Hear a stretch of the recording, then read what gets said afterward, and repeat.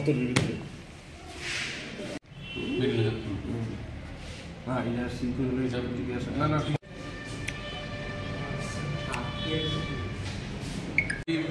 গত 10 তারিখ আমাদের কাছে একটা খবর ছিল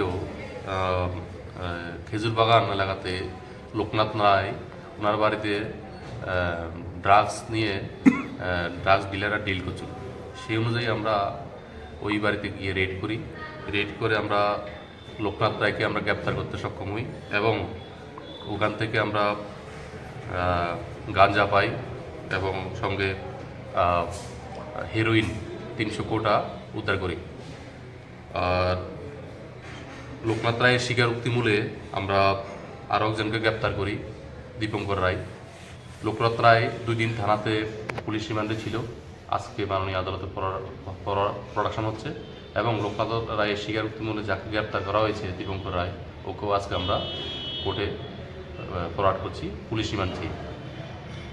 ওদের কাছ থেকে আমরা যে উদ্ধারকৃত সামগ্রীগুলি ক্যাশ টাকা উদ্ধার হয়েছে 19,800, একটা মোবাইল ফোন সিজ করেছি, সঙ্গে হেরোইন এবং গাঁজা।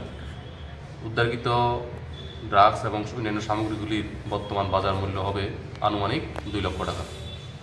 আজকে আমরা মাননীয় আদালতে ওদেরকে প্রেরণ করছি।